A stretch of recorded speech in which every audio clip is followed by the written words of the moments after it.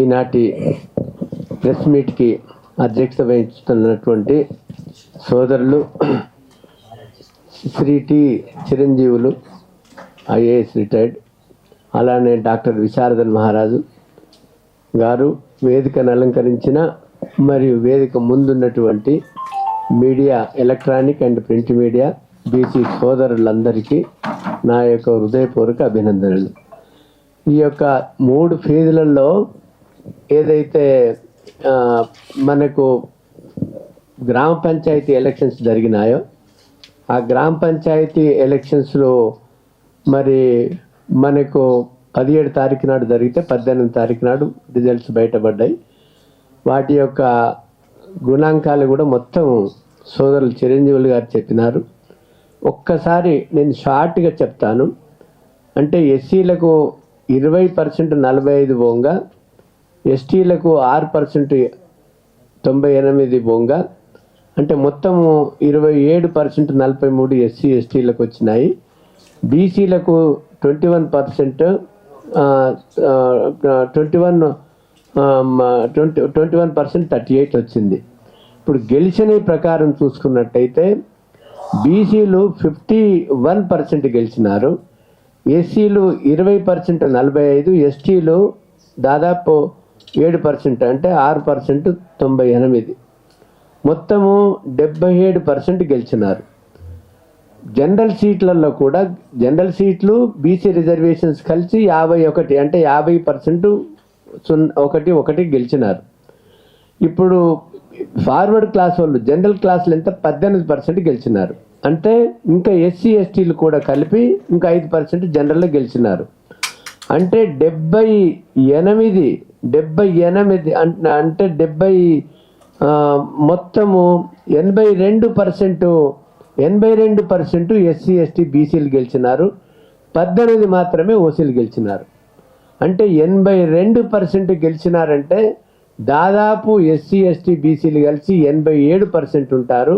దాదాపు వారికి జనాభా సమానంగా 82% గెలిచి మరి అగ్ర కులాల మీద ఒక్క ముట్టికాయ కొట్టి ఈ కాంగ్రెస్ ప్రభుత్వం లీడర్ మీద మోసాలు, దగాలు, కుట్రలు, కుతంత్రాలు చేసిన ఒక ముఖ్యమంత్రి వారికి మాత్రము సరి అయిన మా బీసీ బిడ్డలు చెప్పినారని ఈ యొక్క పత్రిక ముఖంగా మీతో విన్నవించుకుంటున్నాను.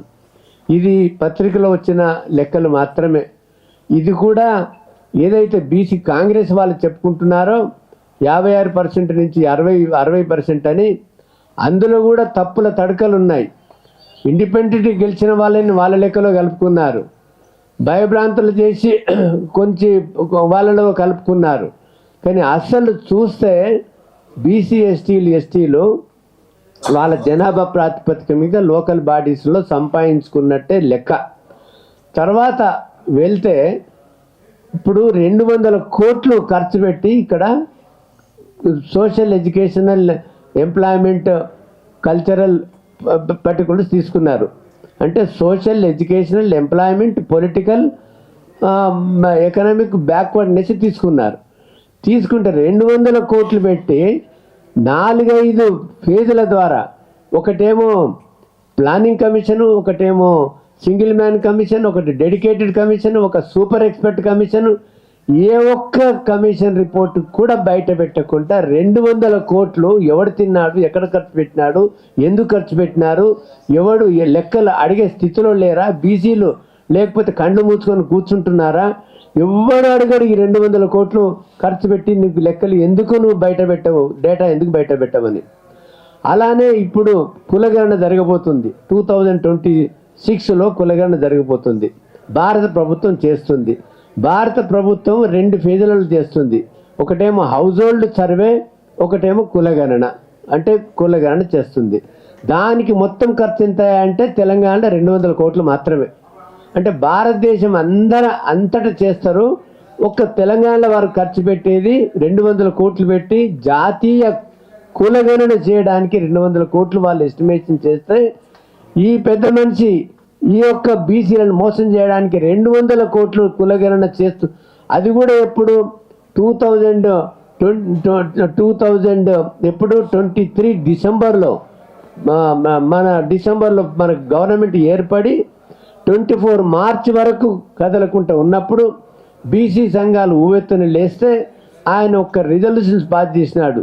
నేను అసెంబ్లీలో బీసీలకు రిజర్వేషన్స్ మన కులగణన చేస్తాము, దానికి ఒక పూలాభిషేకము, శాల్వలు, పూలు, తర్వాత బట్టలు కప్పినారు. దాని తర్వాత మార్చి నుంచి పోతే అక్టోబర్ వరకు ఊసలేదు, పాస్ లేదు. అక్టోబర్లో ఒక జీవో తీసేసి కులగణన అంటే దాదాపు 10 నెలలు 10-11 నెలలు గడిపి ఒక చేసినారు. దాని తర్వాత జనవరిలో కులగణన వచ్చిందన్నారు.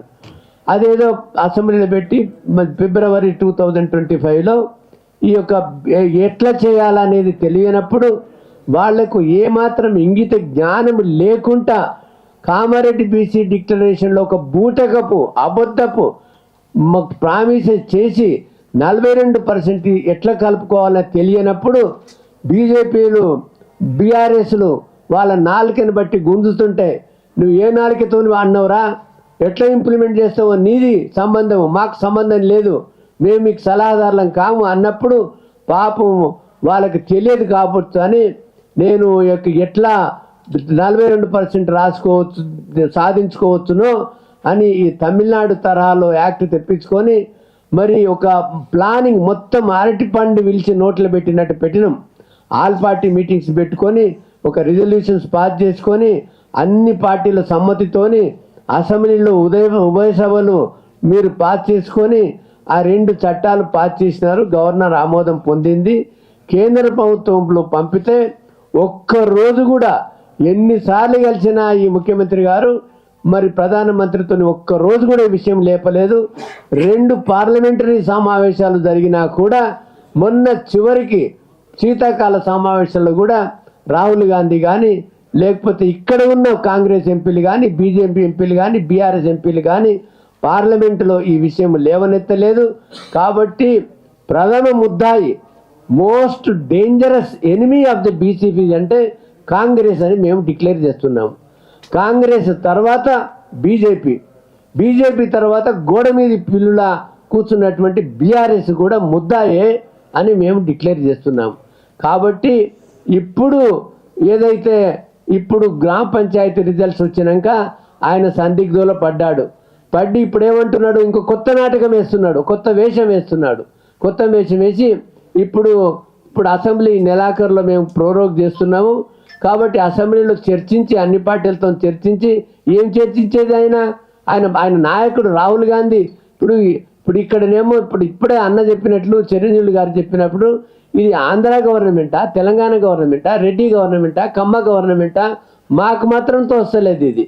ఇది ఖచ్చితంగా సామాజిక గవర్నమెంట్ లేదు, సామాజిక తెలంగాణ రాలేదు, సామాజిక బహుజనులకు మాత్రం ఏ రకమైన అధికారం లేకుండా చేస్తున్నారు. కాబట్టి ఇప్పుడు ఏం చేస్తున్నారు, చట్టసభలో వాళ్ళకు మాట్లాడి ఏదో కేసీఆర్ వచ్చి మాట్లాడతలేడు, లేకపోతే ఇంకెవడో వచ్చి మాట్లాడతలేడు అని ఒకరి మీద ఒకరు నెపాలు మొప్పుకొని లేకపోతే ఒకరి మీద ఒక తప్పులు మొప్పుకొని పబ్బం గడుపుదామని చూస్తున్నారు. కానీ ఇప్పుడు ఆయన ఏంది మున్సిపాలిటీల్లో బీసీ ఎస్సీలు తక్కువ ఉంటారు కాబట్టి ఇక్కడ అగ్రకులాల వారు ఎక్కువ ఉంటారు, ఇక్కడ మేము ఎక్కువ గెలవచ్చని ఆయన యొక్క పగటి కలలు కంటున్నాడు. కానీ అది జరగదని మేము చెప్తున్నాము. ఎందుకంటే గ్రామాలలో ఇంత ఎదురీతి ఇంత రిజల్ట్ తెచ్చుకున్న వాళ్ళు ఇక్కడ కొంత పర్సెంట్ తగ్గినా కూడా అంతకంటే ఎక్కువ కైవసం చేసుకుంటారని మేము రాత్రింబవలు పనిచేసి ఈ యొక్క బీసీ ఉద్యమాన్ని ఉబెత్తున లేపి జాగృతి పరిచి బీసీ జాతిని ఇప్పుడు దీనికి ఇప్పుడు ఇక్కడ జూబ్లీహిల్స్లో బీసీ గెలిచిందంటే మా క్రెడిట్ అది. మేము శపథం చేయించినాము, బీసీ బిడ్డకే ఓటేస్తామని శపథం చేయించినాము. ఊర్లలో కూడా బీసీ బిడ్డకే ఓట్లు వేయాలని వాళ్ళకి ఒట్టు తినిపించినా కొంత ప్రభావితం అయినారు.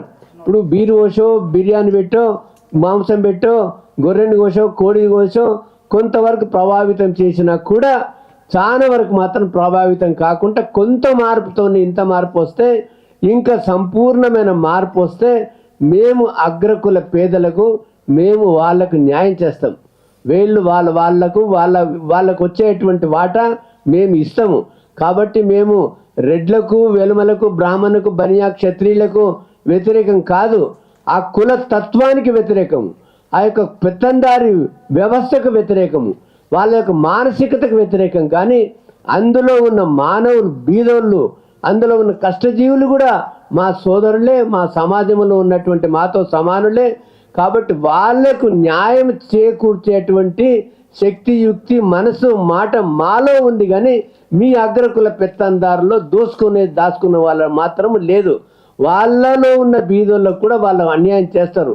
కాబట్టి ఇప్పుడు హైదరాబాద్ చుట్టుముట్టు ఎవడు ఎంత పెరిగినాడు, ఇప్పుడు స్విస్ బ్యాంకులు ఎవడు పైసలు పెడతలేడు, అంతా ఔటర్ రింగ్ రోడ్ మధ్యనే పెడుతున్నాడు. కేసీఆర్, కేటీఆర్, హరీష్ రావు, కవిత అటక పెట్టుకున్నాడు. అంతకంటే ముందు ఈ రేవంత్ రెడ్డి అన్నదమ్ములు వీళ్ళంతా సాదుకొని మొత్తం హైదరాబాద్ చుట్టుముట్టు కబ్జా చేసుకుంటున్నారు. కాబట్టి మా యొక్క బీసీ రాజ్యం వస్తే మిమ్మల్ని ఒక కమిషన్ ద్వారా ఏర్పాటు చేసి, ఉత్తుత్త కమిషన్ కాదు, ఒక సిట్టింగ్ హైకోర్టు జడ్జితో కానీ, లేకపోతే రిటైర్డ్ హైకోర్టు జడ్జితో కానీ, మా అన్న లేకపోతే విశారదన్ కానీ, మా చిరంజీవులు కానీ ఒక్కరోజు ఎప్పుడో ముఖ్యమంత్రి అయినప్పుడు నేను కమిషన్ హెడ్గా ఏర్పాటు చేసి మీ అందరి ఆస్తులని మొత్తం ప్రజలకు చెందేటటువంటి చట్టాన్ని చేసి మేము ప్రజల సొమ్ము ప్రజలకు పంచడానికి మా శాయశక్తులు ప్రయత్నం చేస్తామని మరి ఈ అవకాశం ఇచ్చిన మీ అందరికీ కూడా మా యొక్క ధన్యవాదాలు.